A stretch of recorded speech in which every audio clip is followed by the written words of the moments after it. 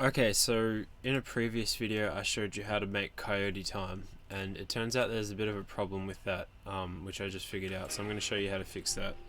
But what Coyote time is when you walk off the edge, just like that, and for a brief second, oops, there is still a window where you can jump, right?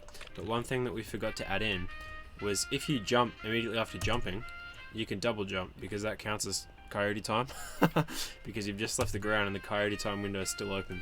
So we need to do one other thing to our Coyote time. So when we input our jump, which is coming from here, right? This is input jump. Are we falling? False. Jump. If we are falling but the Coyote time window is true, jump. Now there needs to be one more check there, so let me just make some room. Are we falling? Yes. Is the Coyote time window open? Yes. But what we need to do is drag in our character movement, get the character velocity,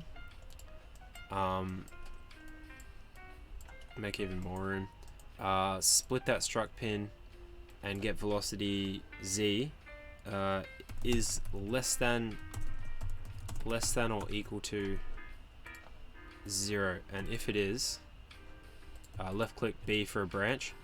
If it is, then we'll do the jump. If it's not, then the player's going upwards. So even though they've got the Coyote time, it's because they've jumped up in the air.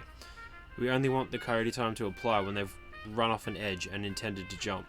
So if their velocity is less than 0, that means they've run off the edge, the Coyote time window is open and they're fallen. So that's when we'll allow the Coyote time. So let's just put that in there. And if